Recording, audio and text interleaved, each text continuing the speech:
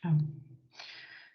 Vamos então dar início, né? Uma boa noite a todos e todas que estão assistindo a gente aqui pelo YouTube, também estão aqui no Teams. A gente vai dar continuidade a esse ciclo de encontros sobre deficiência, envelhecimento, desinstitucionalização e moradia para a vida independente. E vamos continuar hoje, né, com o tema, o mesmo tema, mas sobre o olhar dos organismos internacionais.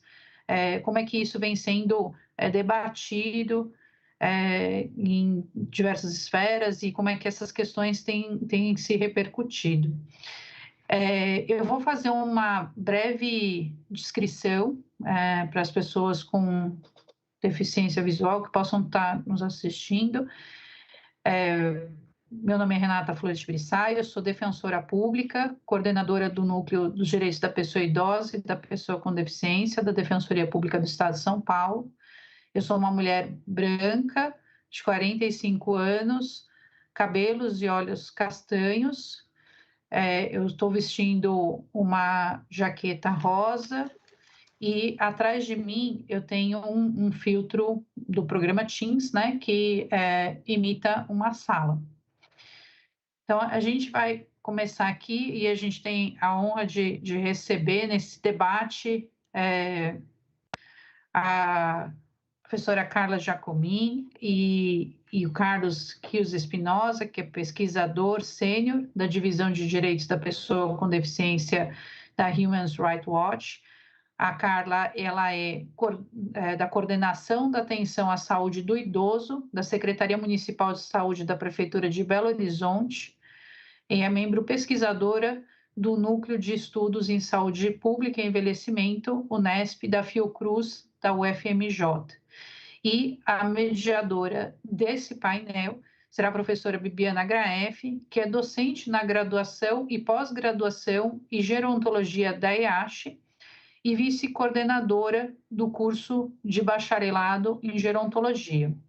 Antes de eu passar a palavra para os nossos palestrantes, eu queria dizer que esse evento, né, esse ciclo de encontros tem, além de apoio da EDEP, né, uma realização da EDEP, que é a Escola da Defensoria Pública do Estado de São Paulo, e também a realização do Núcleo Especializado dos Direitos da Pessoa Idosa e da Pessoa com Deficiência, também da Defensoria Pública do Estado de São Paulo, tem apoio da ONG Mais Diferenças e também do Instituto Jô Clemente, que são nossos parceiros no debate dessas questões que são tão importantes, tanto para o público, né, as pessoas idosas, como também as pessoas com deficiência.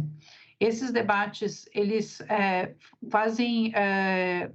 surgiram, né, de uma discussão em especial, né, uma conversa com o Mais Diferenças, que vem trabalhando nessas questões, mas também por conta de diversos desafios na atuação da Defensoria Pública do Estado de São Paulo.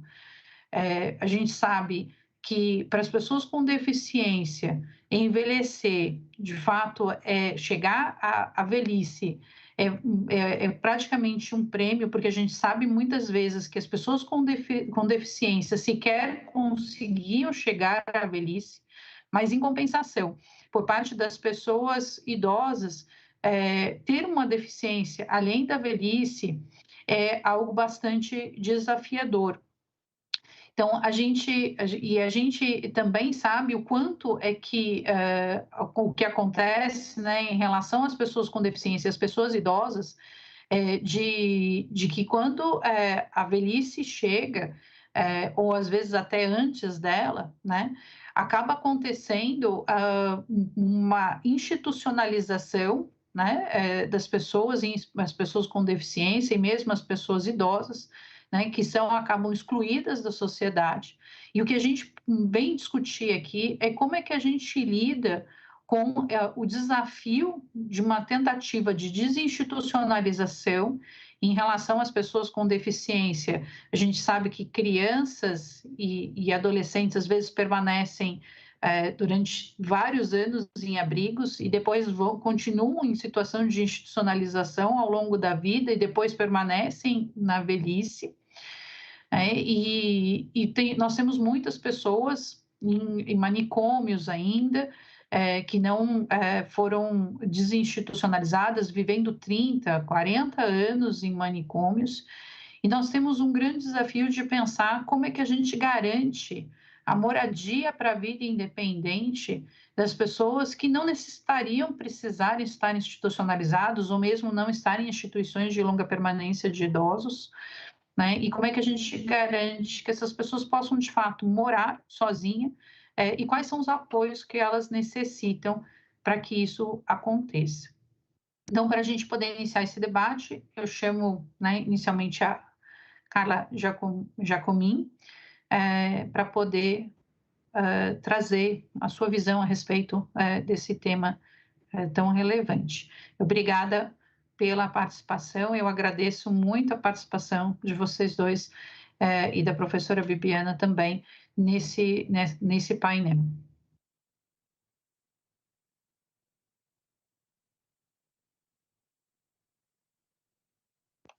Muito obrigada, doutora Renata, professor Carlos e professora Bibiana, pelo convite. Eu também vou fazer uma breve descrição. Eu sou o Carlos, eu tenho 53 anos, eu estou portando óculos de leitura, estou usando uma blusa rosa choque para ver se alegra esse momento, porque não está fácil, e tenho cabelos curtos.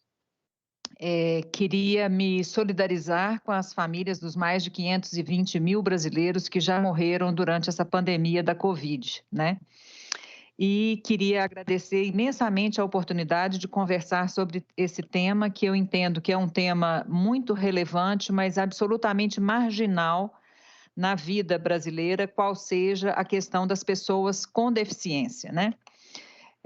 Vou pedir licença para apresentar rapidamente a minha linha de raciocínio aqui. Não pretendo e não consigo esgotar o tema, mas me coloco completamente à disposição para a gente poder conversar, né, após as diversas explanações.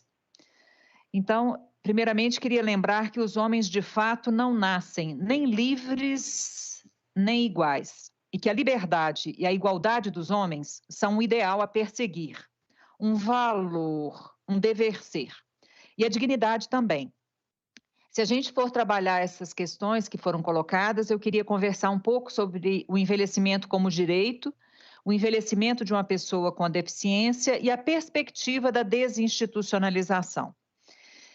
Direitos da pessoa com deficiência a envelhecer com dignidade estão pautados em várias normas, tanto nacionais quanto internacionais, mas eu queria lembrar que desde a Constituição Federal de 88, a Conferência Mundial sobre o Envelhecimento em 1992, a Política Nacional do Idoso em 94, o Plano Internacional para o Envelhecimento em 2002, o Estatuto da Pessoa Idosa em 2003, a Convenção da ONU sobre os Direitos das Pessoas com Deficiência em 2006, até a chegada da Lei Brasileira de Inclusão em 2015, né? Todas essas normas sustentam a perspectiva de envelhecer com dignidade para as pessoas com deficiência. Normas essas que são solenemente descumpridas pelo Estado brasileiro nos 3 níveis de governo. Queria lembrar que a deficiência, uma pessoa com deficiência é uma forma de ser, e é uma forma de ser humano, né? Nós não podemos apostar nem no capacitismo, nem no familismo, nem no idadismo, né? E de fato, a sociedade é que pode reforçar ou suplantar uma deficiência por meio das suas atitudes, por meio da sua perspectiva de ser ou não inclusiva desde sempre. E envelhecer com dignidade é um direito que somente será vivenciado se os direitos forem respeitados e se velhas e novas políticas forem efetivadas. Mas a nossa realidade é mais do que desafiadora. No Brasil, existe um déficit de 100% na cobertura legal de cuidados de longa duração.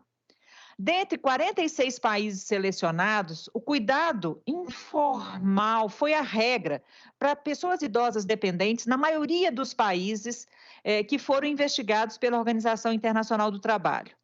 Ocorre que essa postura de que nós cuidaremos de nós mesmos, a partir da questão do envelhecimento, pode ser um modelo não sustentável, porque os potenciais cuidadores informais também estão envelhecendo. Então, envelhecem as pessoas que demandam cuidados e envelhecem as pessoas que cuidam. O que fazer, então, para diminuir as diferenças? Se nós temos um déficit de 100% dos cuidados de longa duração, como que a gente vai diminuir a diferença entre aqueles direitos que foram colocados no início da minha apresentação e a realidade que é essa com a qual lidamos? Quem seria o responsável por essa modificação e como modificar essa realidade? A verdade é que faltam cuidados hoje e faltarão cuidados amanhã.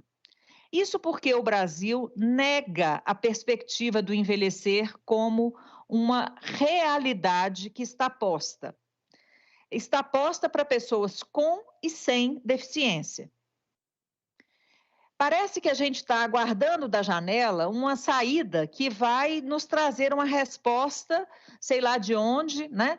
Para uma situação que está colocada para muitas famílias, para muitas pessoas, para todas as cidades, né? Para todos os estados e municípios brasileiros. E eu gostaria de pensar com vocês, primeira coisa, que envelhecer é um processo singular, é um processo universal, que decorre da passagem do tempo. Envelhecer significa eu me tornar outro ao longo do tempo. Nós estabelecemos que no Brasil é considerado idoso uma pessoa com 60 anos ou mais. Mas para alguns direitos, esses direitos a gente só tem acesso a eles a partir dos 65 anos. Como, por exemplo, é o caso do direito ao benefício de prestação continuada. Algumas pessoas, antigamente, elas eram obrigadas a se aposentar compulsoriamente aos 70 anos. Hoje, no Serviço Judiciário, essa aposentadoria compulsória, ela passou para os 75 anos. Mas, de toda forma, a aposentadoria compulsória é uma atuação discriminatória, ainda idadista, que já não existe mais na maioria dos países. Mas eu queria trazer para vocês uma outra realidade. Quando é que a gente, de fato, é considerado idoso?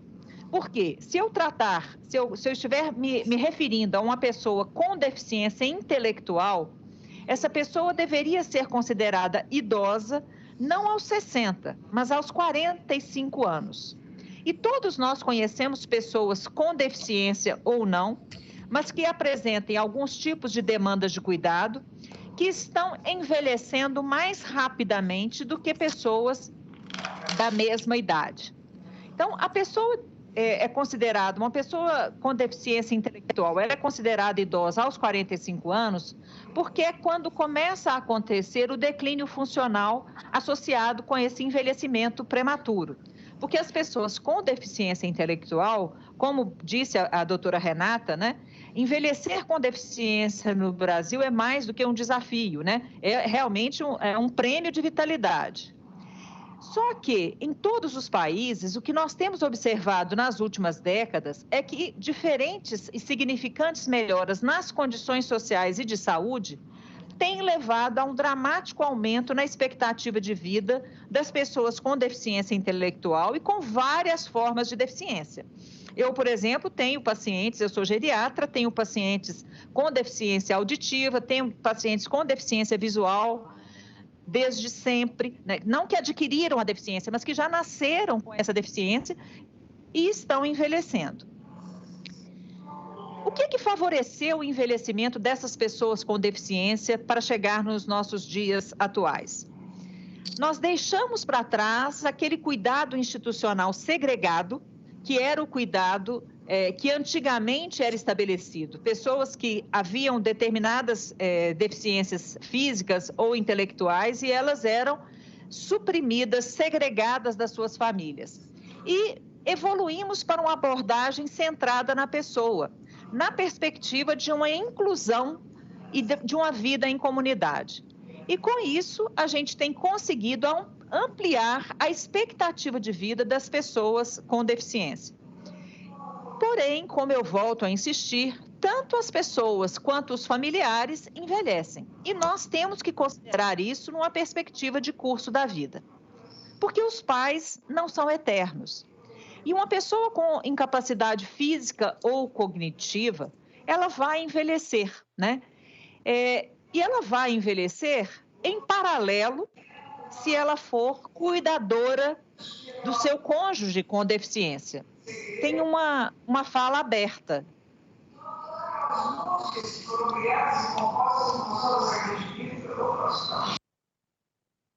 Desculpa, obrigada. Então, a pessoa com incapacidade física ou cognitiva, ela vai envelhecer em paralelo ao seu cuidador, se ele for o cônjuge, mas ele vai envelhecer antes, se ele for o pai ou a mãe de uma pessoa com deficiência, né? Em geral, a gente está falando aqui de pessoas com mais de 75 anos, com elevados níveis de estresse e que podem acontecer também de estar sofrendo problemas financeiros em decorrência da demanda de cuidado. Porque as pessoas também ignoram que envelhecer com ou sem deficiência, mas demandando cuidado, repercute financeiramente. E tudo isso será muito ainda majorado se houver a morte do cuidador ou da pessoa de referência para essa pessoa com deficiência. Então, envelhecer junto a uma pessoa com deficiência intelectual significaria reconhecer as mudanças que o envelhecimento traz para os dois, reforçar as conexões sociais e familiares, lidar com a perspectiva da própria finitude e planejar o futuro. Então, nós estamos falando aqui de uma política previdenciária, em que eu vou ser previdente em relação ao meu futuro. Eu gostaria de conversar um pouco sobre isso. Quais são as garantias previdenciárias que nós temos à medida que envelhecemos com e sem deficiência? Então, na falta de um dos pais ou de um cuidador e a falta de um planejamento futuro, vai gerar cuidados inadequados, improvisados e uma institucionalização, que pode ser prematura, como disse a doutora Renata, né? Ou mesmo inadequada, porque são pouco compatíveis e que não atendem ao perfil e às necessidades dos residentes.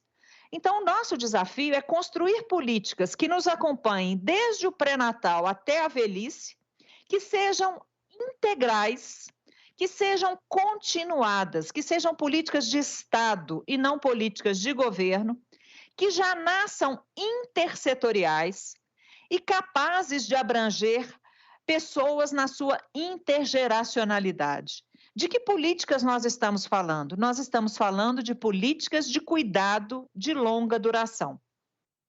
Porque se o Estado não pode substituir a família também não pode substituir o Estado. Então, a dinâmica das relações de cuidado, que são incorporadas e moldadas pela história de vida individual e familiar, elas vão refletir as circunstâncias que essas pessoas viveram. Então, se eu fui uma pessoa que tive acesso à saúde, à educação, a oportunidades na minha vida adulta, mesmo tendo deficiência, isso é claro que vai me permitir construir uma perspectiva de cuidado na velhice melhor. E famílias com adultos com deficiência intelectual, elas estão num período de transição, e um período de transição após uma vida inteira de relações de cuidado em evolução. Porém, gente, eu insisto, quando um membro da família precisa de cuidado, a família precisa de cuidado. E quando a gente pensar em desinstitucionalização, nós temos que estar pensando numa perspectiva de garantir saúde, de garantir aprendizagem ao longo da vida, de garantir participação e de garantir segurança. Ou seja, nós estamos falando de uma política que permita, que promova o envelhecimento ativo para pessoas com deficiência. Mas São muitas as barreiras de acesso ao envelhecimento ativo das pessoas com deficiência. Por exemplo, em termos de promoção da saúde, faltam programas e informações adequadas para esse tipo de público. Existem barreiras atitudinais, quando os profissionais de saúde não reconhecem na pessoa com deficiência uma pessoa em quem a gente deva promover saúde. Quando os profissionais de saúde não enfrentam os seus problemas de comunicação para lidar com pessoas com deficiência, por exemplo, no âmbito da comunicação. Isso leva a uma prevenção primária ruim, porque eu desconheço as mudanças decorrentes do envelhecimento para esse perfil de população. Existem barreiras estruturais, porque eu desconheço quais são os padrões de saúde para pessoas com deficiência. Existem barreiras educacionais, porque eu não promovo um preparo adequado dos profissionais de saúde e de outras políticas para lidar com o público com deficiência. E tudo isso levando ainda a barreiras gerenciais, que vão repercutir em mais agravos em saúde, em maior demanda de intervenção em níveis secundários e terciários de saúde. Essas barreiras estruturais também vão gerar uma falta de coordenação entre os profissionais de saúde e ações isoladas. E essas barreiras estruturais vão repercutir numa falta de registro e no compartilhamento insuficiente de informações relevantes para uma pessoa com deficiência que está envelhecendo. Tudo isso repercutindo numa mortalidade precoce, por meio de agravos evitáveis em saúde, ou no caso das pessoas com deficiência intelectual e mesmo deficiência sensorial, no caso da deficiência auditiva, um maior risco de demências, e no caso das pessoas com deficiências físicas mais incapacitantes, uma fragilidade também mais precoce. Então, nós temos que ganhar espaço em termos de um envelhecimento ativo, mas nós temos que ir além. Nós também temos que promover políticas que garantam proteção e cuidado na medida que eu envelheço e que me permitam envelhecer na minha casa, na minha residência ou com moradias inclusivas e que me garantam a minha máxima independência. Isso significa, gente, que eu tenho que trabalhar desde a infância e até a demanda de cuidado para abarcar a minha diversidade, respeitando necessidades específicas ao longo do curso da vida. Tanto a diversidade quanto as necessidades específicas, elas vão sendo modificadas pelo envelhecimento. E é importantíssimo que a gente reconheça que, de acordo com o IBGE, nós temos no Brasil 24% das pessoas com pelo menos uma deficiência.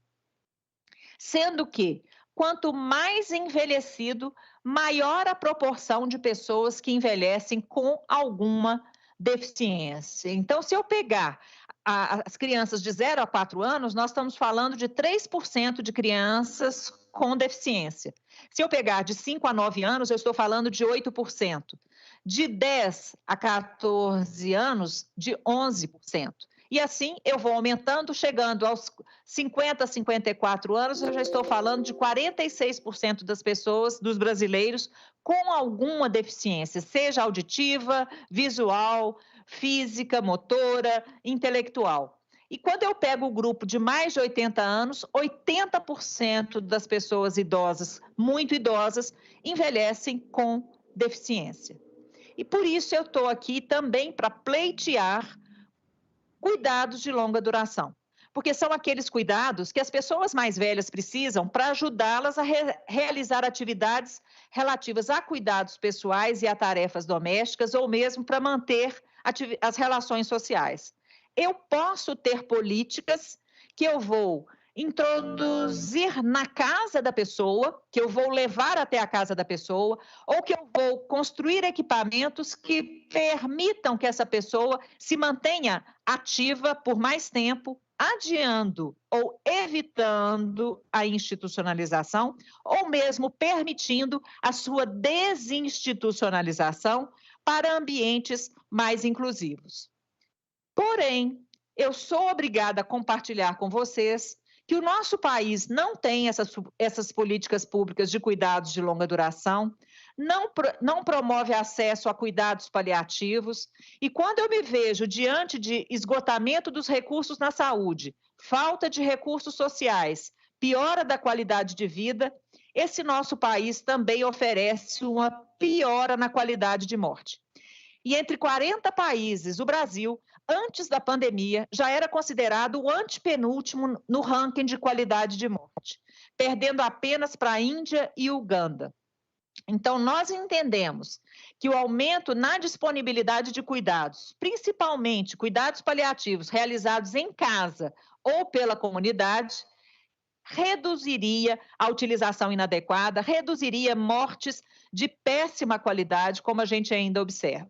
Então, nós entendemos que os cuidados de longa duração, eles ultrapassam os limites de uma política, seja da assistência ou da saúde, que não se trata de insuficiência familiar, que trata-se sim da falta de políticas continuadas de cuidados, que apoiem as famílias na sua necessidade de cuidar e que garantam o direito ao cuidado a todos os brasileiros.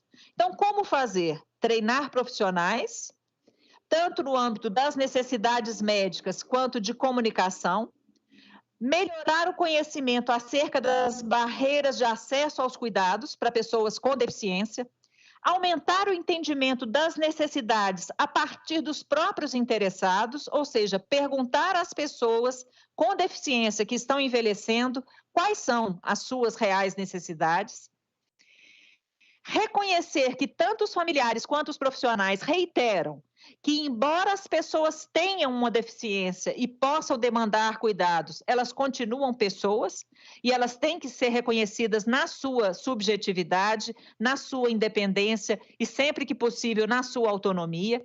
E, para isso, a gente precisa mudar atitudes, tanto no âmbito da saúde, com promoção de atitudes positivas, redução de conceitos errôneos, de falsas crenças e de preconceitos, mas nós precisamos urgentemente desenvolver políticas intersetoriais, com treinamento tanto dos profissionais quanto das equipes, políticas de atenção domiciliar, políticas que garantam acesso preferencial aos serviços, como está na lei, políticas que exijam essa maior acessibilidade nas unidades de saúde, de assistência, como está na lei, e políticas de cuidados paliativos, porque os desejos e as decisões das pessoas é que deve orientar a maneira como elas deverão ser cuidadas. Isso passa por criar protocolos, por realizar campanhas de prevenção, né? Cuidado centrado na pessoa, projeto terapêutico singular e reconhecer a necessidade de uma educação para a longevidade na diversidade, na dignidade e na garantia de cuidados. Isso é absolutamente humano e necessário. Eu fico à disposição para a gente debater como providenciar ou repercutir isso na sociedade para que a sociedade assuma esse desafio junto com as pessoas que envelhecem com deficiência. Muito obrigada. Muito obrigada, professora Carla. Realmente é um prazer ouvi-la e a gente precisa, de fato, conversar sobre todas essas questões que são extremamente desafiadoras, né? A gente não tem políticas públicas específicas, né? E fica isso é bastante evidente quando a gente trabalha tanto com pessoas com deficiência quanto com pessoas idosas. Mas eu vou passar a palavra, então, para o professor Carlos Rios, e aí são 30 minutos de fala, e aí depois a gente vai ter um pequeno debate. Eu aviso aquelas pessoas, né, que estão nos assistindo, que podem deixar perguntas tanto aqui no chat da nossa reunião, no Teams, como também no chat do YouTube, que a gente vai depois utilizar essas perguntas para poder fazer um debate aqui. Tá bom? Obrigada. Professor Carlos, está com a palavra. Muito obrigado, Renata. Muito obrigado à Defensoria Pública pela oportunidade de falar com você esta tarde sobre uma questão que é certamente muito esquecida no Brasil, que é a situação de milhares de pessoas com deficiência que moram ainda em instituições, muitas delas em asilos para idosos. Eu vou me referir à situação de as pessoas que moram em instituições, mas não para idosos, senão para pessoas com deficiência. Porém, vou falar de uma pesquisa que na Human Rights Watch fiz em 2018, mas a situação de pessoas com deficiência não é em processo de melhorar, não? No Brasil, ao contrário, a pandemia e fiz uma questão que é muito mais complicada, muito mais complexa para as pessoas com deficiência, mas vou agora fazer uma pequena autodescrição, não? Eu sou um homem de 56 anos, sou mexicano, e tinha óculos para leitura, e também tenho cabelo grisáceo, atrás meu eu tenho alguns livros. Muito obrigado. Então, essa pesquisa que nós fizemos em 2018, que se chama Eles Ficam até Morrer, não? O nome do relatório é precisamente um título que uma diretora de uma dessas instituições para pessoas com deficiência nos deu, porque as pessoas que não têm apoio familiar e que estão olvidadas pela sua família, entram desde crianças às instituições e depois elas simplesmente se transformam, se mudam a instituições para pessoas adultas e depois elas ficam até morrer aí, não? Essa é a situação que nós encontramos fazendo uma pesquisa em 4 entidades federativas do Brasil, especificamente na Bahia, Rio de Janeiro, São Paulo e também Distrito Federal. Nós fizemos esta pesquisa, visitamos numerosas instituições para pessoas com deficiência, e esse é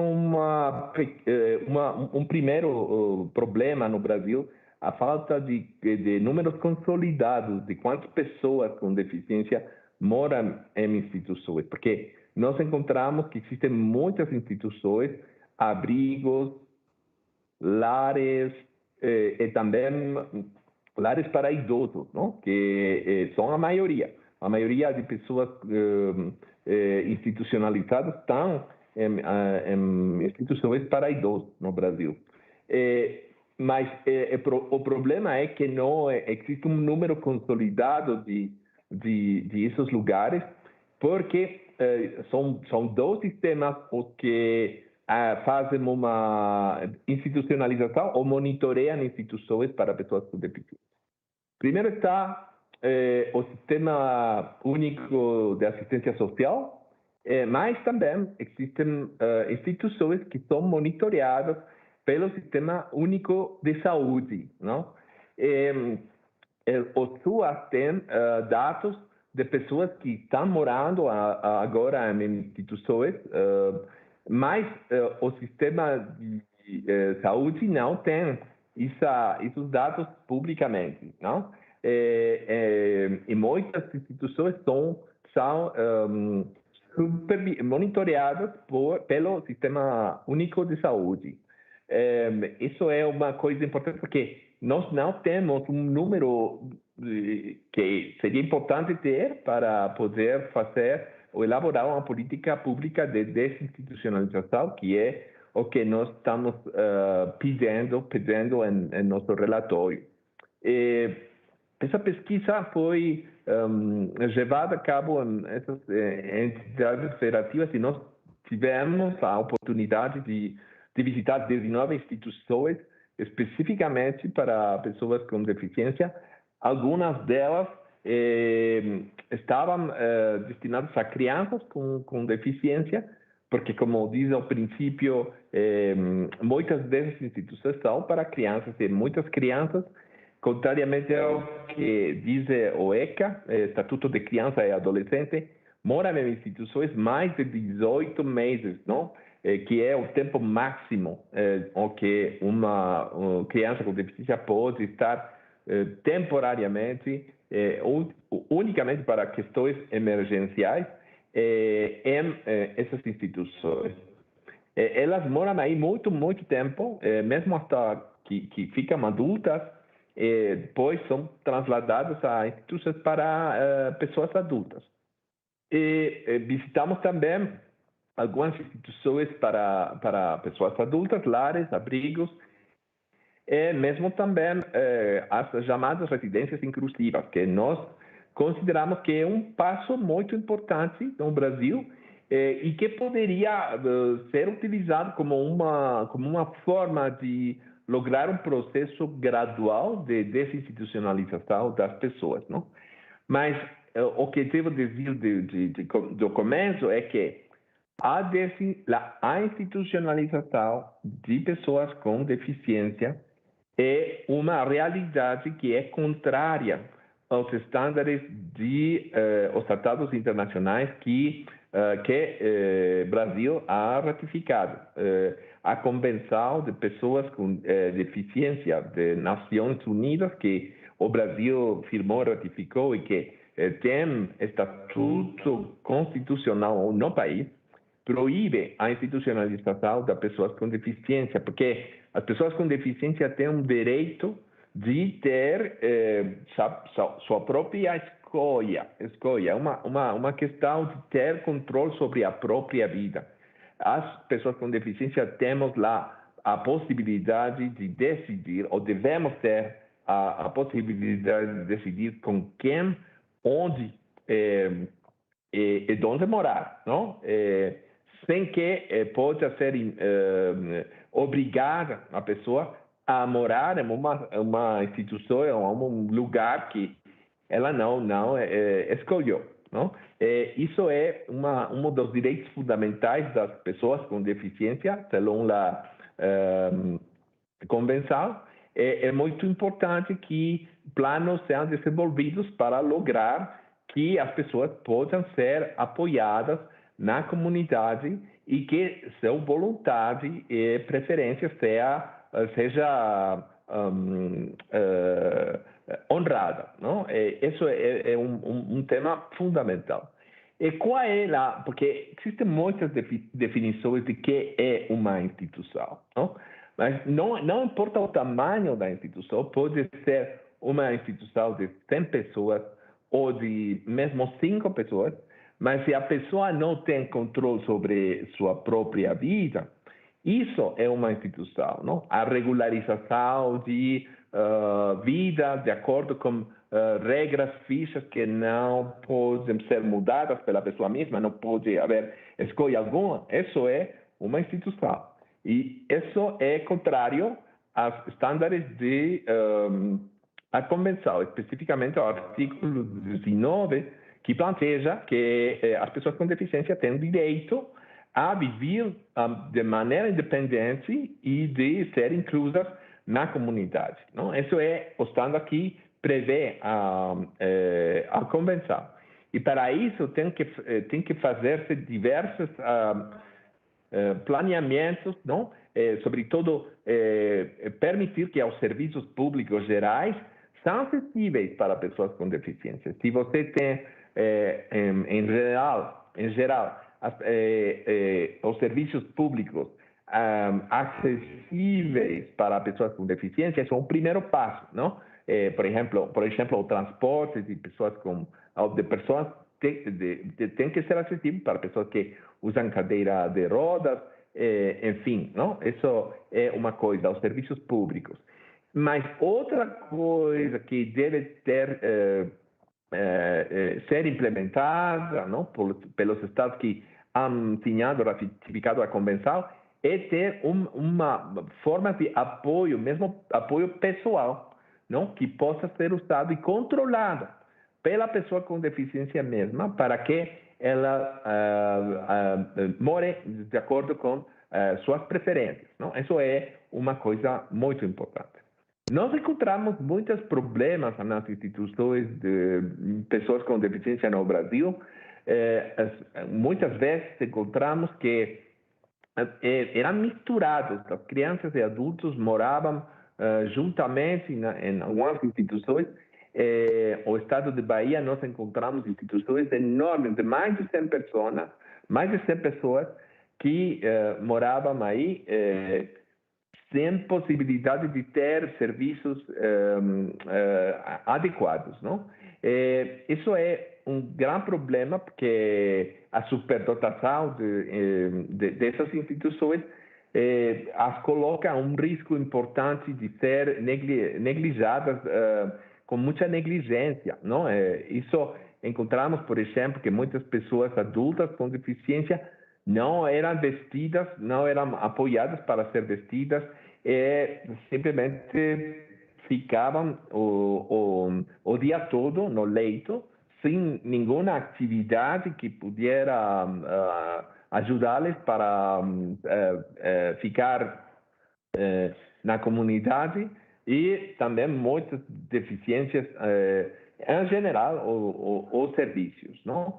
Isso tem uma consequência muito importante pelo bem-estar emocional das pessoas.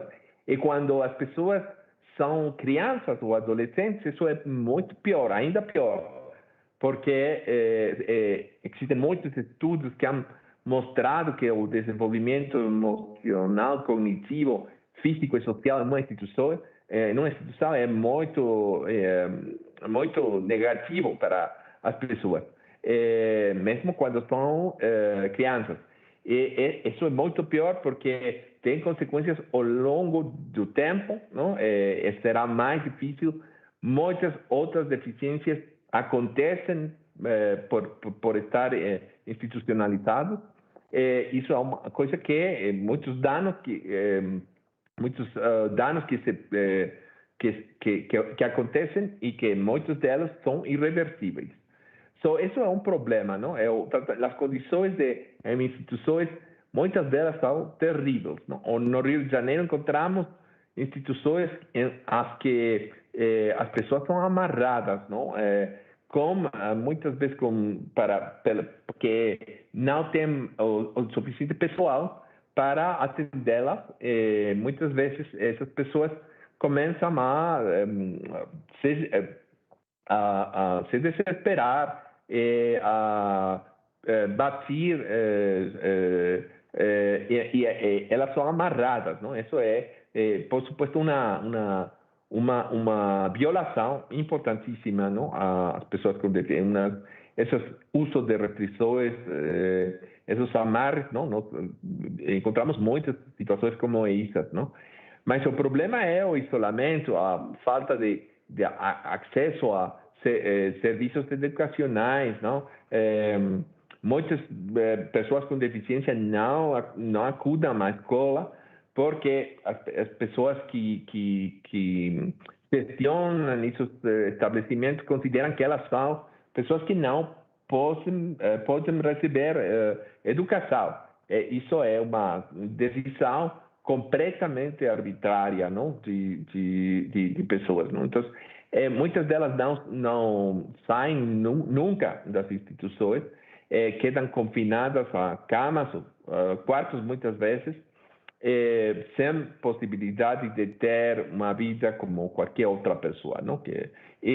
Por supuesto, isso é uma coisa muito negativa para as pessoas. Muitas condições desumanas e degradantes ao interior dessas instituições. E também nós podemos documentar casos nos que as pessoas recebiam medicamentos que não eram especificamente para a sua saúde, mas para tratar de regular seu comportamento, não? Porque o pessoal encontrava que muitas vezes era muito difícil controlar as pessoas, e por isso eles davam medicamentos com a finalidade de sedar as pessoas, não? Em lugar de que fosse um medicamento ou uso de drogas para considerar a saúde das pessoas. Os casos que nós encontramos de pessoas que eram sedadas pelas instituições não tenham acesso a consentimento informado, que você sabe, quando você tem uma doença de saúde, você tem o direito de que o pessoal médico forneça as informações sobre a qualidade do tratamento, as consequências secundárias que isso pode ter para a saúde da pessoa, não? Nada disso acontece a favor de pessoas com deficiência em essas instituições. Em geral, uma negligência e falta de atividades significativas nas instituições. Eu tive a ocasião de entrevistar muitas pessoas adolescentes que de 15 anos, não? Que diziam que era muito aburrido morar nessa instituição, não havia possibilidade de ter atividades privadas, não? Tudo se faz cara ao público, não tem possibilidade de ter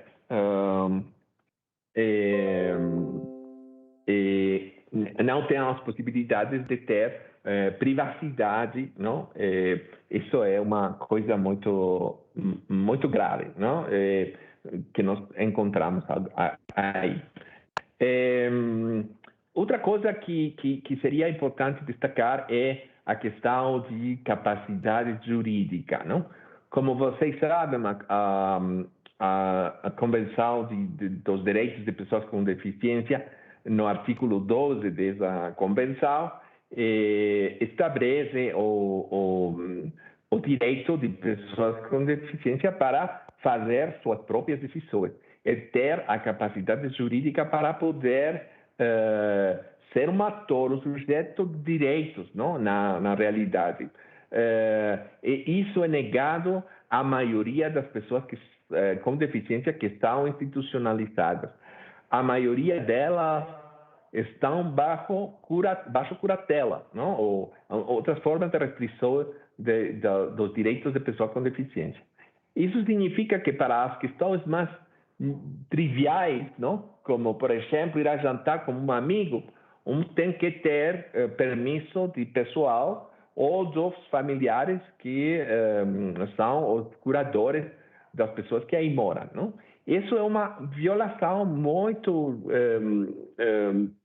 espalhada, não? Ao longo das instituições, não? Nós encontramos instituições nas que o diretor da instituição funcionava como curador de todas as pessoas que aí moravam. 60 pessoas, por exemplo, bajo a curadoria, na curatela de uma só pessoa, um curador. Você pode se imaginar que tão cercanamente pode uma pessoa conhecer, não, as preferências, a vontade da pessoa? Isso é simplesmente impossível, não? Conhecer tantas pessoas. Isso é um problema, não? Nós hemos feito recomendações sobre a necessidade de que o Brasil mude completamente o Código Civil e o Código de Procedimento Civil e harmonize essas leis com o Estatuto de Pessoa com Deficiência, não?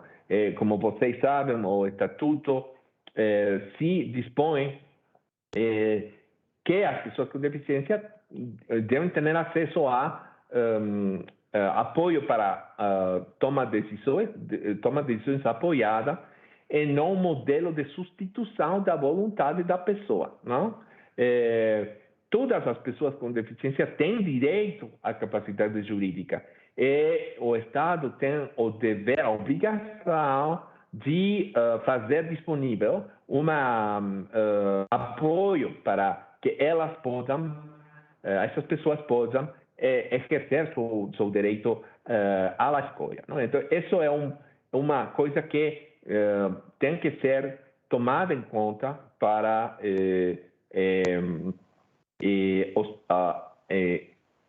as pessoas com deficiência. A institucionalização no Brasil é de longa permanência. Nós encontramos uma pessoa em uma das instituições que visitamos cercano a Rio de Janeiro, na que uma pessoa foi achada, não? Abandonada, não? Aos 5 anos de idade, e quando nós fizemos a entrevista com ela tinha 70 anos, não? 65 anos institucionalizada. Você pode se imaginar o que faz 65 anos em uma pessoa que não tem acesso à educação, a possibilidade de ter interação com o mundo exterior. Isso tem um impacto importante na identidade, na possibilidade de obter destrezas para a vida, não? Precisamente que dá minimizado, não? Sem a possibilidade sem a possibilidade de desenvolvimento ótimo, não? Sobre esta questão. Isso é uma coisa que deve ser atendida pelo governo do Brasil. Agora, uma outra questão que nós devemos destacar aqui é quem fiscaliza essas instituições de longa permanência no Brasil, não? Nós sabemos que o Ministério Público, mesmo a Defensoria Pública também, tem obrigações sobre as visitas periódicas a essas instituições para monitorear como elas... Mas isso não é uma coisa que se feita de uma maneira sistemática, não? Nós encontramos que em lugares como Rio de Janeiro, eles fazem uma pesquisa de monitoramento mais sistemático das instituições. Mas em outros lugares não encontramos essa mesma sistematicidade, não? Porém, nós fizemos uma recomendação específica para que o Conselho Nacional do Ministério Público fizera uma resolução especificamente ordenando os ministérios públicos estaduais de fazer monitoramento sistemático pelo menos uma vez anualmente, não? Agora, com a situação de pandemia no Brasil, isso é ainda mais importante, porque muitas instituições fecharam a possibilidade de ter visitantes do mundo exterior, não? Por isso é muito importante que o Ministério Público faça esses monitoramentos. Felizmente, ao início desse ano, não? Uns meses, umas semanas, o Conselho Nacional do Ministério Público adotou essa resolução obrigatória agora, não? Não é simplesmente uma recomendação, mas uma obrigação, não? Para os ministérios públicos estaduais de fazer monitoramento com a perspectiva de desinstitucionalização. Não é simplesmente como uma questão de visitas, digamos, penitenciárias, não? Como o Ministério Público faz também. Mas a questão aí é como faz a instituição, que planos tem o governo e as instituições para a desinstitucionalização dessas pessoas, não? Porque existem múltiplas violações de direitos humanos nesses lugares aí, mas o mais grave de todos é que a pessoa não tem possibilidade de decidir por si mesma se ela gostaria de ficar aí, não? E isso é um problema e, felizmente, o Conselho Nacional do Ministério Público fez uma resolução, não? Que agora é obrigatória para a fiscalização dessas instituições. Nós celebramos que isso haya acontecido dessa maneira. Agora, também é importante destacar quais são os fatores econômicos que contribuem para a institucionalização. Como vocês sabem, as regulações do PPC ainda têm vistos de melhorar, mas muito lentamente, não? Quando nós fizemos a pesquisa, a maioria das pessoas que moravam em essas instituições não tinham acesso o BPC, elas têm o direito de ter acesso simplesmente porque não tem ingresso nenhum, não? As regras do BPC señalam que essas pessoas têm direito ao acesso ao BPC. Mas o problema é que muitas vezes, como acontece em muitos lugares de América Latina, as Américas, as políticas estaduais se concentram em apoiar os cuidadores, não? As famílias, não? Isso, por supuesto, não estamos dizendo que não seja necessário apoiar as famílias, mas a questão principal é apoiar a pessoa mesma, não? A pessoa com deficiência tem direitos com independência dos desejos de sua família, e por isso elas têm que ser apoiadas econômica e com outros serviços para que elas possam decidir na comunidade o tipo de vida que elas querem ter, não? Por isso é muito importante que se apoie as pessoas mesmas e que se promueva, não, a possibilidade de que as pessoas com deficiência tenham acesso ao trabalho, não? O BPC não deve recentemente uma reforma importante sobre este ponto, mas quando fizemos a pesquisa, a pessoa não podia trabalhar e ganhar seu próprio dinheiro e ter BPC ao mesmo tempo. Isso deve cambiar porque os custos de ter uma deficiência são muito mais grandes para as pessoas com deficiência. É uma ajuda extra para poder ter um complemento financeiro, seria ótimo, não? Para poder ter acesso a essas instituições aí. Agora, me gostaria de concentrar um pouco a questão as recomendações que nós fizemos no Brasil, não? Ao Brasil para efeito de lograr um processo que se acorde com isso. Primeiro, o primeiro que tem que existir é que o Brasil deve desenvolver um plano e cronograma para dar fim à institucionalização de crianças e adultos e desenvolver serviços na comunidade para pessoas com deficiência e famílias de crianças com deficiência.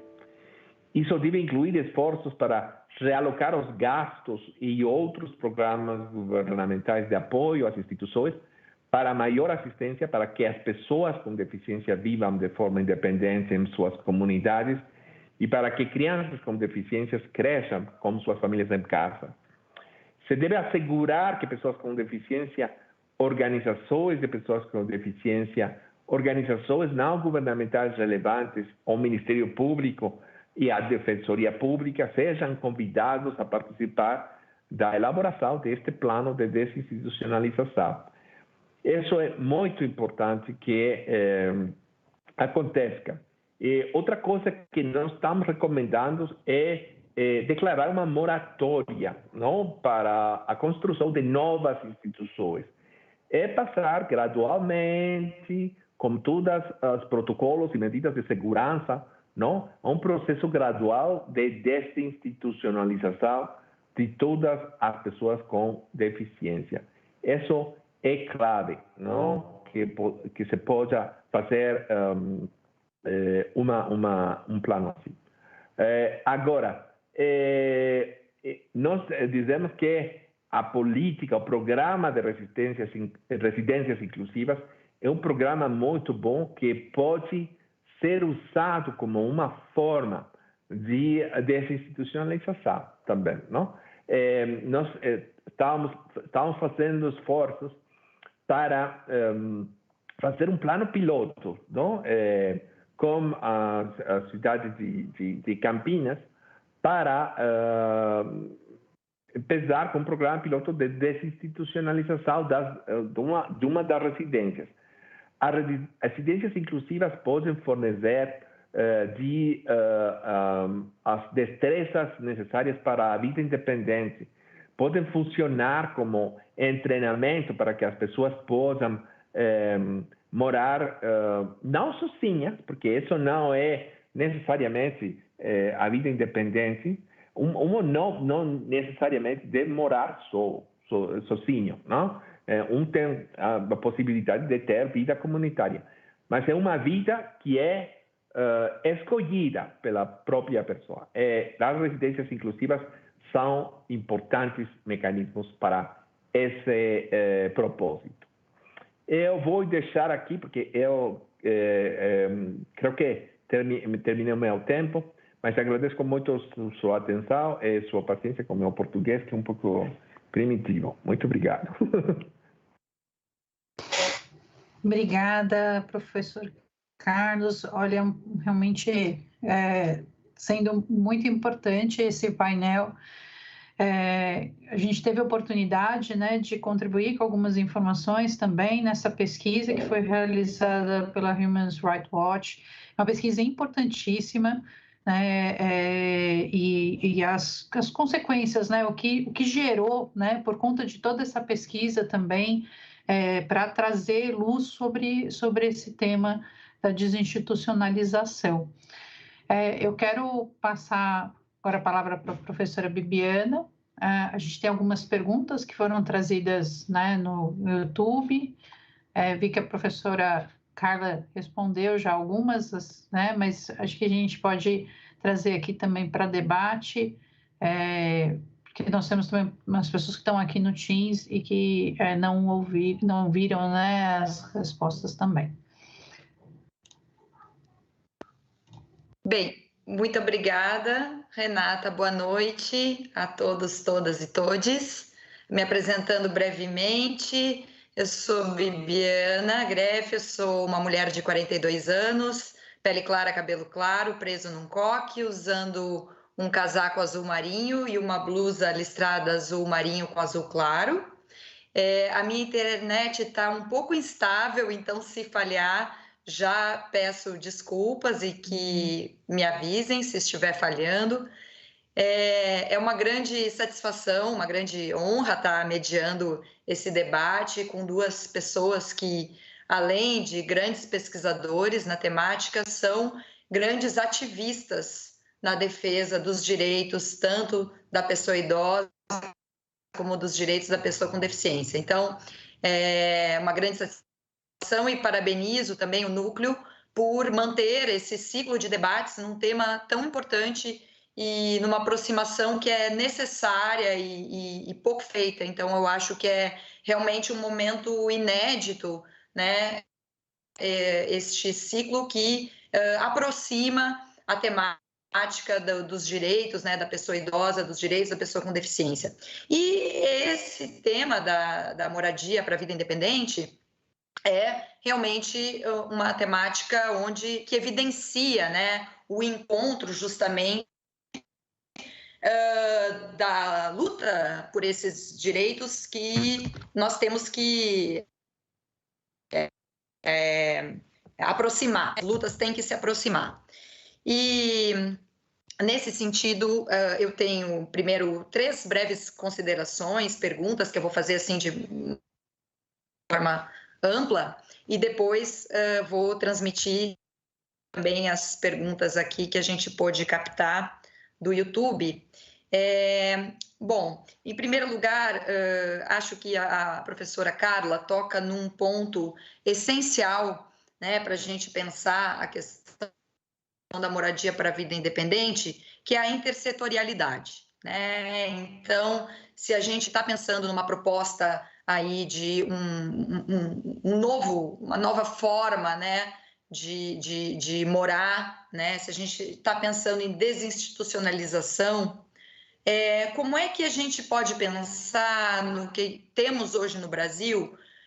O que seria, projetando assim um modelo, né, uma nova política de moradia para a vida independente, e quando falamos de intersetorialidade, o que a gente poderia imaginar, né? O envolvimento de que pastas, de que secretarias, como seria, digamos assim, o ideal desse novo modelo em termos do envolvimento de diversos setores, e o que nós temos hoje já nas políticas públicas implementadas, mesmo que de modo insuficiente ou incipiente, que poderia ser agregado à promoção, né, dessa nova forma aí de morar.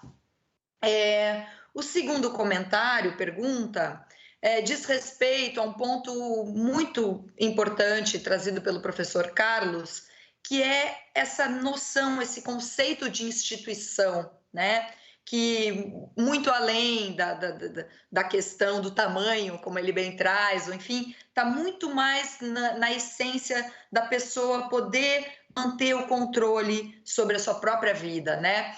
Então, pensando nesse modelo de uma moradia para a vida independente, como que a gente poderia conceber um modelo que justamente se afastasse dessa ideia de instituição que cerceia, enfim, e nesse sentido, como é que a gente poderia imaginar um regulamento, né, digamos assim, aquela convenção de condomínio entre os moradores, né, de uma moradia para a vida independente, e até que ponto a gente pode imaginar a intervenção normativa de um estabelecimento de uma política pública que vai definir parâmetros mínimos de convivência, enfim, de moradias independentes dentro de um modelo para política pública, mas como que a gente poderia garantir que esses moradores, enfim, que as pessoas ali conviventes possam elas mesmas terem uma participação ativa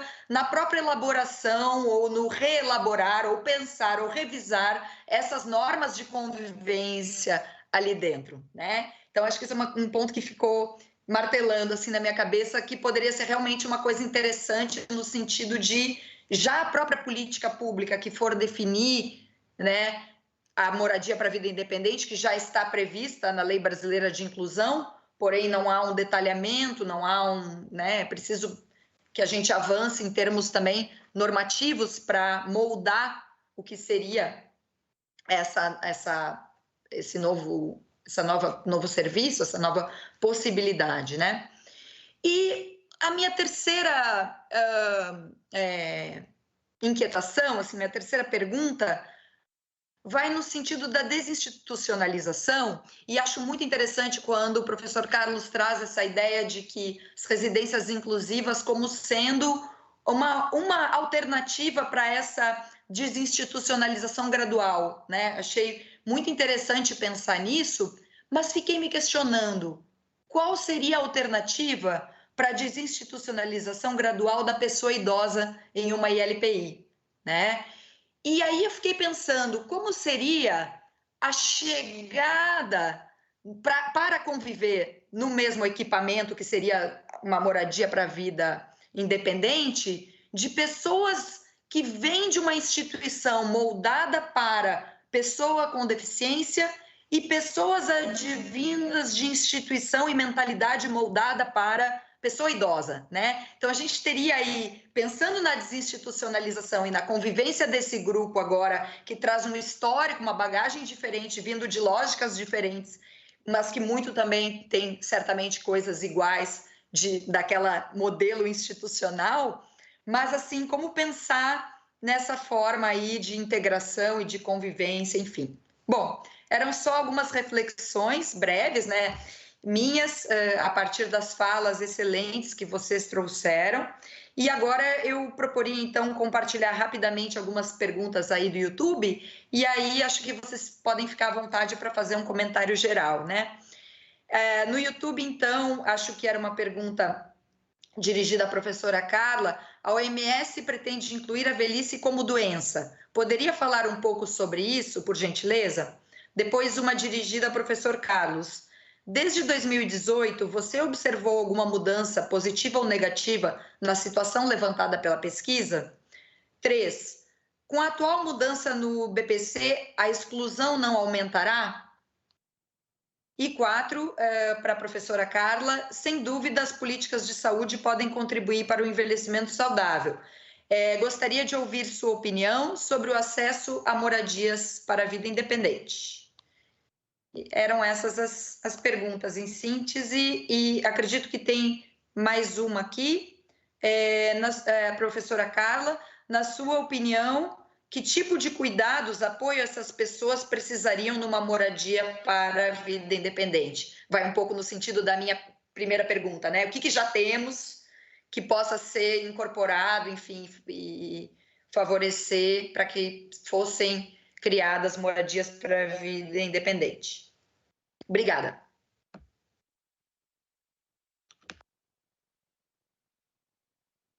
Por quem começa?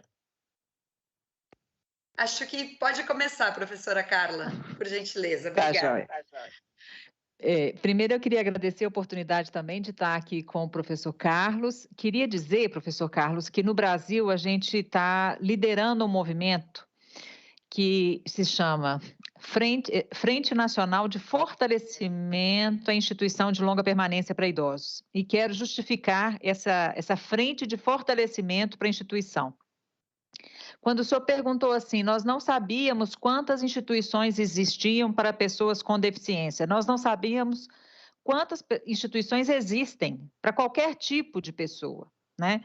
A pandemia demonstrou que todos os dias, a gente verificou isso aqui na atuação da Frente Nacional, qual que era a nossa preocupação? Era oferecer informação de qualidade. O senhor imagina que as pessoas institucionalizadas são altamente vulneráveis para a Covid, e nós tínhamos uma liderança no país que dizia que isso era uma gripinha, que não precisava de usar máscara, como diz até agora, né?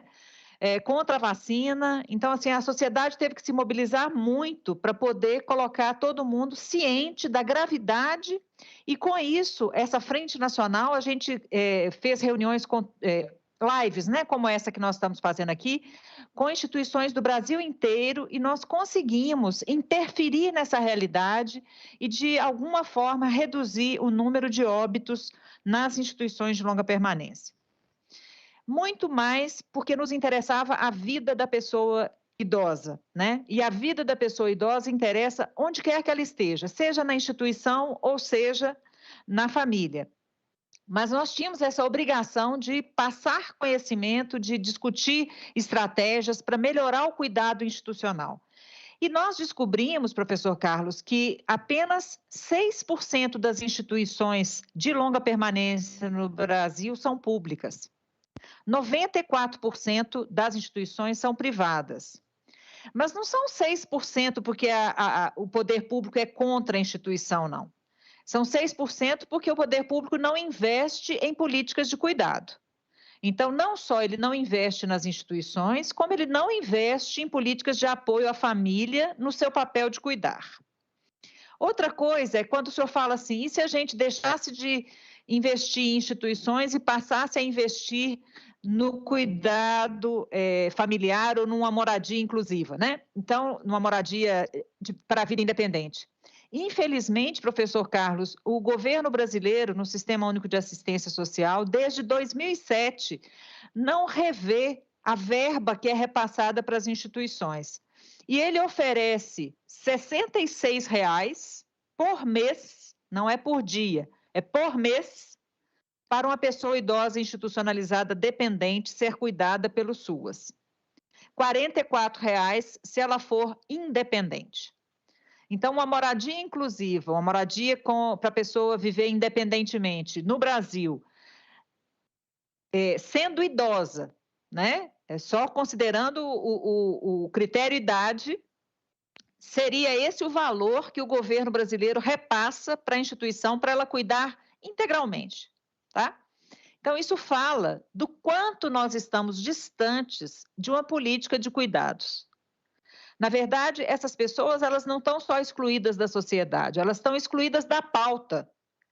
E essa frente de fortalecimento foi muito nessa direção, de trazer essas pessoas para a pauta, né? Então, eu faço questão de falar sobre isso, porque eu acho que isso coloca um pouquinho o tamanho do nosso problema, né? Assim, o tamanho da nossa dificuldade de lidar com essa realidade. Então, para não lidar com isso, a gente nega e não inclui essa população e essas pessoas. Aí, trazendo agora para as perguntas que a Bibiana me fez, Você perguntou, Bebiana, se haveria envolvimento intersetorial em favor de moradias independentes. As perspectivas que nós temos dizem mais respeito a moradias independentes para pessoas com transtorno mental, e aí seriam as residências terapêuticas, que são também experiências exitosas, mas que são muito insuficientes em termos numéricos. E outra, quando aconteceu a política de desmanicomialização, ela veio atrelado à verba. Então, o Estado pagava para que acabasse o leito hospitalar psiquiátrico, né? Hoje, nós não temos do Estado brasileiro nenhum apontamento na direção de que ele vai bancar alguma coisa para desinstitucionalizar alguém, porque ele não está bancando nem quem está lá dentro. Que dirá, ele vai entrar com verba para poder bancar essa pessoa fora daquele espaço. Que fique bem claro, sou absolutamente favorável à desinstitucionalização, desde que aconteça esse cuidado que tem que acontecer onde a pessoa estiver, né? Seja no âmbito da família, seja morando sozinho, seja morando numa república, numa residência terapêutica, nos formatos que forem possíveis, né? Que forem desejáveis pelas pessoas que estão interessadas, eu acho isso muito válido. Então, essa política intersetorial, o exemplo que a gente tem é muito mais em favor da saúde mental do que das pessoas com deficiência. Até porque a pauta das pessoas com deficiência também é uma pauta recente e ela cresceu após a convenção da pessoa com deficiência. Por isso, a pauta do envelhecimento luta tanto para que haja uma convenção em favor dos direitos da pessoa idosa. Porque nós não conseguimos, dos países europeus, essa boa vontade de tentar, de alguma forma, proteger as pessoas que envelhecem, né, em relação aos seus direitos. Talvez porque a forma deles envelhecer foi muito diferente da nossa, né? E nós não temos nada entre a família e a instituição total, que é essa instituição que o professor Carlos recusa e lamenta, e eu também, né, professor? Nós não temos o intermediário. Nós não temos políticas de cuidado que vão em casa e que vão oferecer essa chance de respiro ou de dignidade para a pessoa que cuida. Então, as nossas políticas no tripé constitucional, elas estão ancoradas na família. E a família hoje, ela tem que escolher entre trabalhar e cuidar. E no estudo que a gente fez, no estudo longitudinal de saúde do idoso, que a gente fez com a professora Ieda, né, Duarte, o que a gente verificou com a professora Ana Amélia? A gente verificou que 24% das pessoas que cuidam tiveram que parar de trabalhar ou de estudar para cuidar. Então, hoje as pessoas não têm cuidado e amanhã não terão, que foi o que eu disse. Porque essas pessoas que tiveram que parar de trabalhar para cuidar não estão se formando, não estão sendo previdentes no ponto de vista de prever o seu próprio envelhecimento futuro e vai chegar e vai estourar na sua mão. Quer dizer, como que nós vamos lidar com essa realidade? A segunda pergunta diz respeito ao que o professor Carlos colocou da instituição como uma forma de perda de controle sobre a própria vida, né? E isso, infelizmente, isso acontece no Brasil dentro de casa, como o senhor mesmo disse, dentro da própria família, isso já ocorre, né? No âmbito da instituição, ainda mais, porque as pessoas têm que seguir uma rotina independente da sua vontade, né? Eu costumo dizer que, no caso, eu posso falar mais da pessoa idosa, que é o público que eu mais conheço, né? Então, a gente tira a pessoa da cama, faz ela tomar banho 5 horas da manhã, porque é o turno, então é a troca de turno de quem chega e de quem sai, aí vai tomar café, aí põe para coarar, põe para tomar sol, aí tira do sol, está na hora do almoço, aí põe para deitar, tira do deitar, está na hora do lanche, tira do lanche, está na hora de deitar de novo. Então, essa é a rotina e de muita ociosidade, de muito vazio. Para mudar isso, a gente tem que perder o medo do que está acontecendo ali. Então, nós queremos abrir as portas das instituições, nós queremos criar realmente regras que possibilitem que haja uma gestão de cuidado ali dentro, porque durante muito tempo a única obrigação da instituição era casa, comida e roupa lavada. e nós entendemos que vai muito além disso, vai a favor dos projetos de vida das pessoas, né, das dinâmicas que se estabelecem ali dentro, da vivência da sexualidade. Tem muitos direitos que são negados a essas pessoas, né? Quanto à intervenção normativa de uma política pública ou uma convenção de condomínio dentro daquela instituição, eu entendo que, por se tratar de uma moradia coletiva, algumas regras de biossegurança têm que ser seguidas, né? Mas a participação dos residentes ela é fundamental, tanto na escolha do local, quanto na própria convenção de condomínio, quanto também na participação, caso haja alguma regulação sanitária a esse respeito. Por fim, com relação à desinstitucionalização gradual, né?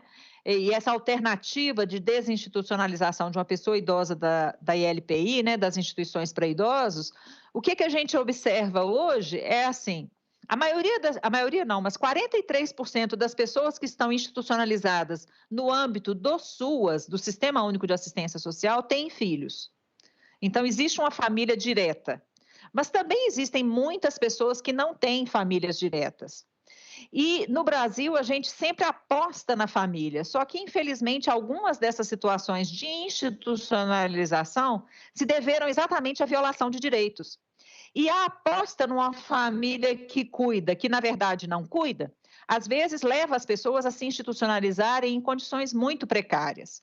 E eu disse para vocês que só 6% das instituições são públicas, 94% são privadas.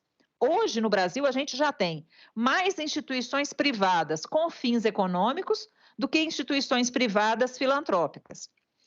Dentre as instituições privadas com fins econômicos, em Belo Horizonte, eu posso afirmar, 1/3 são precárias. Elas estão em condição pior do que as filantrópicas, o que demonstra a falta de investimento público no envelhecimento, né? No envelhecimento sensu lato. Voltando para as perguntas agora do público, nós discordamos dessa lógica da velhice como doença e o Centro Internacional de Longevidade, do qual eu sou vice-presidente, né, que o professor Kalash é o presidente, a gente tem feito uma luta muito grande para reverter isso na OMS, já chegou lá essa demanda, a gente espera que seja possível essa reversão. Os mecanismos do atual governo de reduzir o acesso ao BPC são excludentes e vão comprometer ainda mais o cuidado das pessoas, tanto idosas quanto das pessoas com deficiência. A perspectiva de envelhecimento saudável, ela precisa ser apoiada, mas que fique claro que envelhecer demandando cuidado não é um fracasso, porque nós não estamos aqui fazendo a tirania do envelhecer bem, vamos todos ser sarados, malhados, vamos ter todos alpinistas, não é isso que a gente imagina, cada um envelhece de acordo com as suas circunstâncias e muitas pessoas no Brasil envelhecem apesar das suas circunstâncias, né? E daí a necessidade da gente ter uma rede de cuidados, sabe? De uma rede de cuidados, como, por exemplo, o Programa de Acompanhante do Idoso de São Paulo, o Programa Maior Cuidado em Belo Horizonte, que são programas que oferecem o cuidador para ir até a casa da pessoa e cuidar dela lá, na casa dela, no ambiente dela, com as regras dela, porque a casa é dela, né? Então, acho que isso é uma evolução para a gente pensar, tá? Lamento porque as perguntas eram enormes e aí eu tomei muito tempo, mas eu não queria deixar de tentar responder. Tá? Mas fico à disposição aqui.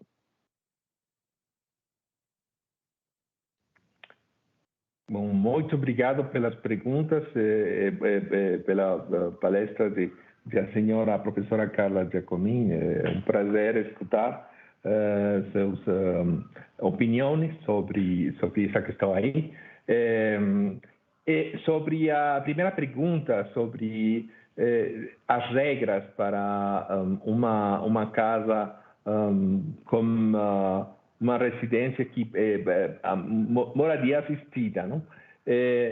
Eu acho que essa é uma questão difícil de tomar como uma política pública sem ter uma consulta estreita com organizações de pessoas com deficiência. E ter realmente a perspectiva de que significa ter uma deficiência e como é que eu gostaria de viver, não? Essa é uma primeira coisa que deveria dizer. Quando o Comitê de Nações Unidas, ONU, fez a sua observação geral, número 5, sobre a vida independente, eles tinham aí um parágrafo que era relacionado com a possibilidade de dizer que as instituições estavam bem, que se a pessoa tinha o desejo de morar em uma instituição, isso ficava bom, não? Mas houve uma reação muito negativa da comunidade de organizações de pessoas com deficiência, porque eles disseram que os estados vão encontrar a saída, não, para não desenvolver programas da vida independente, porque vão dizer, bom, eles querem morar aí e isso tá bom, não? E no princípio isso é correto, não? Eu acho que se a pessoa quer viver uma moradia desse tipo, é bom, mas sempre que isso não seja obrigatório para ela, não seja a única política pública que o Estado fornece, não? A ideia é ter programas de moradia general que seja acessível para pessoas com deficiência. Se elas gostariam de viver em pequenos apartamentos com outras pessoas com deficiência, isso não tem problema. Mas se unicamente a única opção, não, tem que existir múltiplas opções para as pessoas com deficiência, para elas escolher onde gostariam de morar, não? E isso é importante. E as políticas de cuidados mesmo têm que ter muita consciência dos desejos das pessoas com deficiência, né?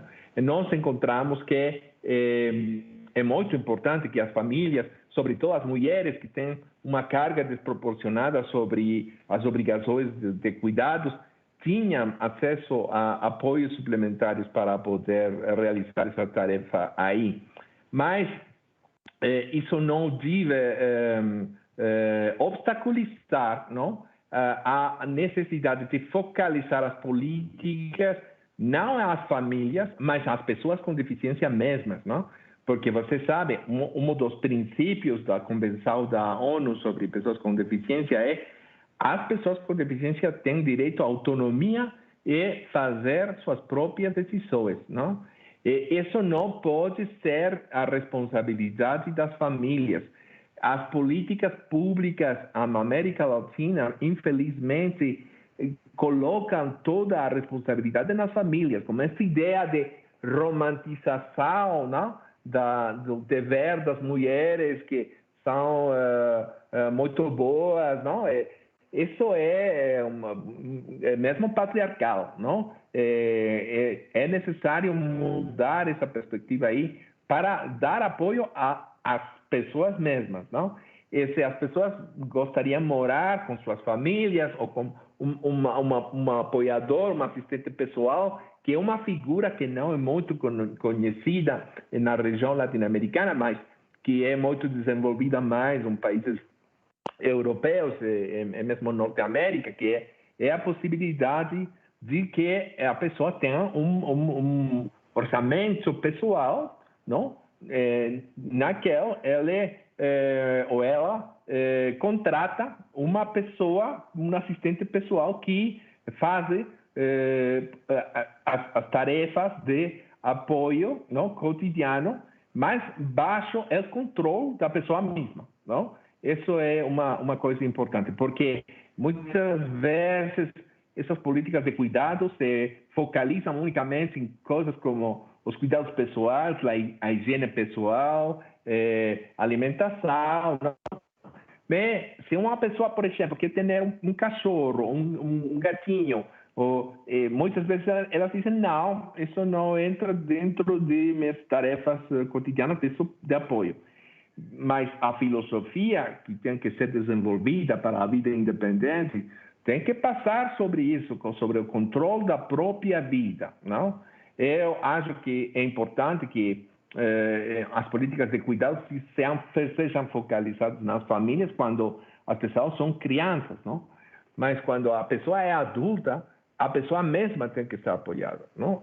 A pessoa pode decidir que seu pessoal de apoio são as suas próprias famílias, não? Mas pode decidir que não, fazer alguma outra coisa, não? Isso é importante. E, infelizmente, existe muita tendência de fazer divisões entre pessoas com deficiência, não? Você dizer, por exemplo, não, uma pessoa com deficiência física está bom, não? Ela pode fazer essas políticas. Mas as pessoas com deficiências intelectuais ou psicossociais, não. Não, a Convenção dos Direitos de Pessoas com Deficiência é para todas as pessoas com deficiência, sem importar o nível de apoio que essa pessoa pode ter, não? E mesmo aquelas que são consideradas com deficiência muito severa, que é parece uma categoria muito ruim, porque se exclui as pessoas que têm deficiências consideradas severas, que é um conceito muito arbitrário, não? De os direitos que planteja a Convenção. Eu acho que isso tem que mudar, não? Sim, seria muito importante que mesmo as políticas de cuidado, as políticas dirigidas a pessoas idosas, não? Seja consistente com a ideia de autonomia e independência, não? Não porque uma tem uma idade avançada ou é considerada uma pessoa idosa, não? Com múltiples mesmo essas pessoas têm direito a ser apoiadas para a tomada de decisões ou qualquer outra política para a moradia independente. Isso é o que gostaria de agregar. Muitas graças pelas perguntas, Bibiana. Muito obrigada. Então, infelizmente, a gente vai precisar terminar, né? O debate está muito rico, eu acho que muita profundidade em relação a várias questões que nos atormentam, né? E diariamente, porque essa questão de quem vai cuidar, né? Com quem vai apoiar, quais vão ser os apoios, são questões que diariamente a gente recebe na defensoria, né? Então, assim, muitas vezes vem pessoas que não são da família dizer para gente, perguntar para a gente, né, o que fazer com uma pessoa idosa que está numa situação de desamparo, mas que não necessariamente precisaria ir para uma instituição de longa permanência, ou mesmo uma pessoa com deficiência. E é muito difícil a gente ter uma solução fácil, né? Porque nós não temos políticas públicas justamente para essa situação intermediária, né?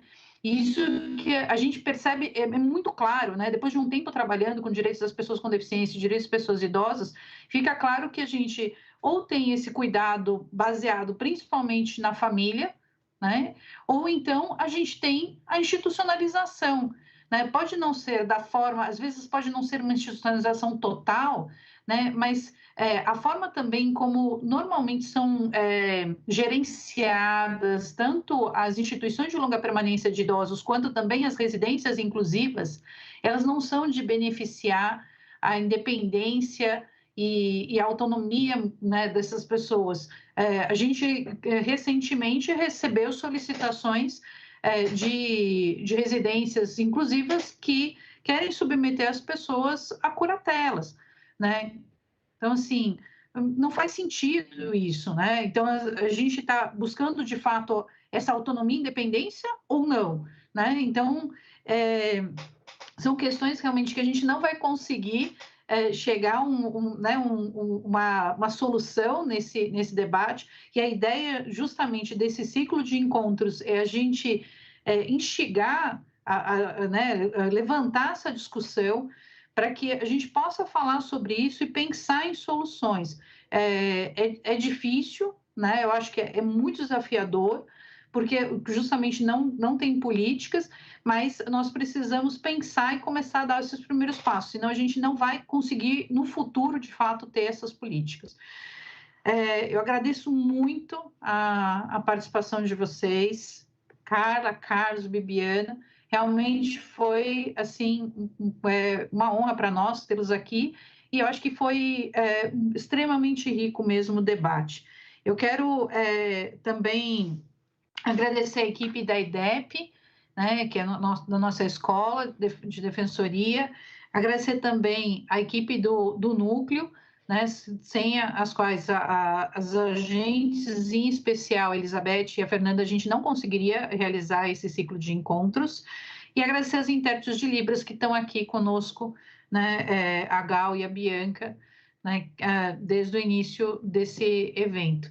E a gente espera vocês, né, todos os que estão assistindo, agradeço, né, muito a participação de todas e todos, e esperamos vocês no próximo encontro, que vai ser no dia 12/7, e aí a gente já vai falar sobre a visão da defensoria sobre todos esses temas e pensar como é que a gente pode desenvolver essas discussões internamente e de uma forma também multidisciplinar, né, com defensores públicos e também agentes de defensoria participando, psicólogos. Muito obrigada e até a próxima.